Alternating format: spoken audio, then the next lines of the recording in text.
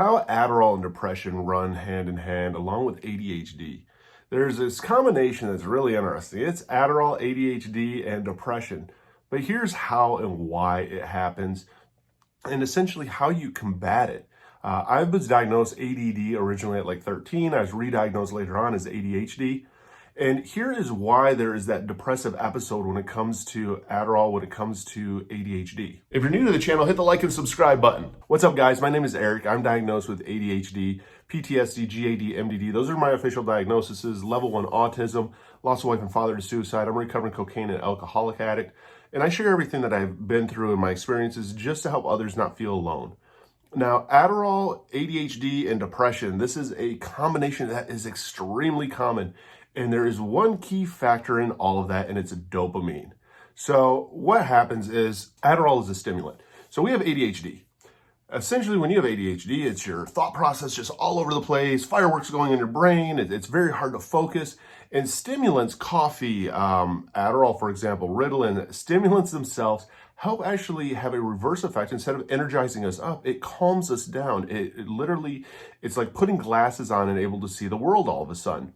Now, when it does produce dopamine in your system. And what that rush of dopamine is, if you don't know, dopamine is that happy chemical that your brain produces that gets you all cheerful and happy.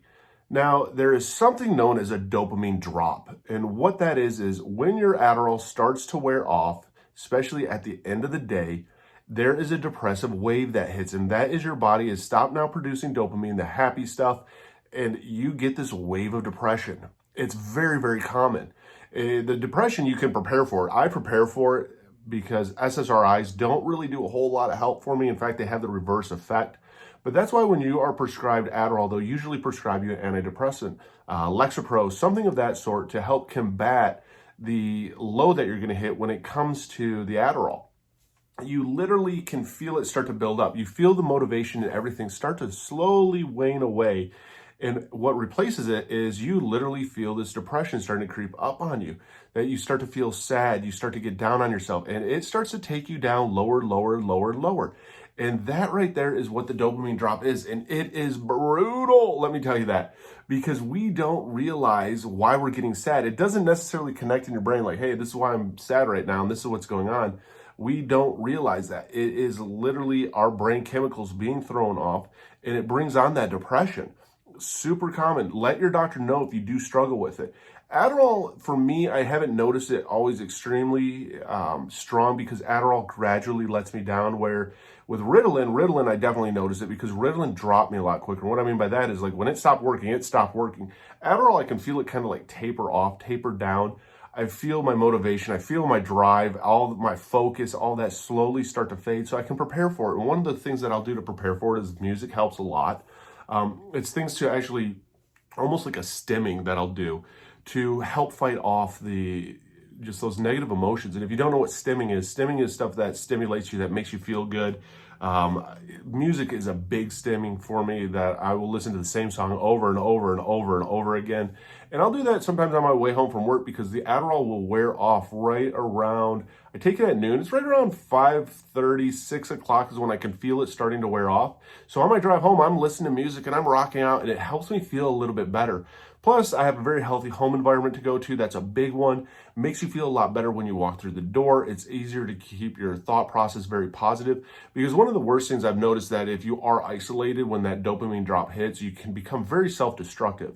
And one of the worst is when, especially when we have ADHD, we're not very good expressing our feelings, our thoughts sometimes, especially when we have nothing to help us.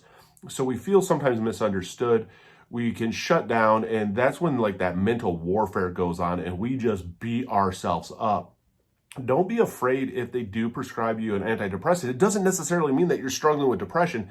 It means that the doctor is very aware that Adderall or whatever ADHD med you're on can cause that drop. Now they have Vyvanse, which Vyvanse is supposed to just mellow you out a lot more. You're not supposed to need per se an SSRI with it. Vyvanse I've looked into, but you know what? I'll tell you this, at 41 years old and been taking Adderall for a very long time, I know my dosage amount, when to take it, how to take it, what happens. I don't mind. I'm going to keep it how it is.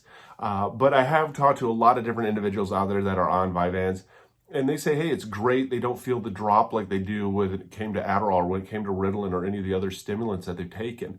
And again, it's trial and error. I mean, it's all communication with your doctor. If you do have these drops, let them know. And also, if you are on an SSRI and it starts to give you any negative thoughts, let your doctor know. That was one of my biggest problems with SSRIs is it didn't help combat that drop. It added to the drop. It made me very suicidal. That is a common side effect with SSRIs, though. That's more common than what we think. And then all of a sudden we think something's really wrong with us because we're taking an antidepressant and now we're very, very depressed. That is a side effect. But again, it's all through communication with your therapist, with your psychiatrist, and letting them know what it is and how it is that you're feeling. The best thing you can do is, especially when you're on these, I always will journal for about the first 30 days of how I'm feeling so that I can communicate with my doctor if this medication's working or not. Because a lot of times what happens is if we take it for a couple days and it's not working and we stop taking it, we don't tell our doctor, we're not going to get the help that we need.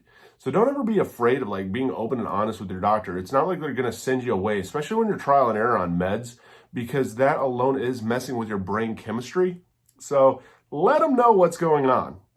Again, trial and error to find out what works for you. I've been on a grip of different ADHD meds, and Adderall itself, not Adderall XR, but Adderall itself has been the one that's helped me out the most. It helped me get good grades. It helps me keep a very well-paying job, a very successful career, and it helps me adult. It helps me function, and it makes me feel normal, and I like it. You know, I wouldn't trade it for the world. I love being ADHD because of the creativity and so much that it brings along. But I also love it for the sole fact that, you know, I got energy and I feel full of life, and I love that part of it. So if you are struggling, get with your therapist, get a diagnosis. Don't diagnose yourself off of any videos that you see on the internet, but you can use it as communication to bring up to your doctor, hey, this is what I'm going through. This is what I'm feeling. What do you think it could be?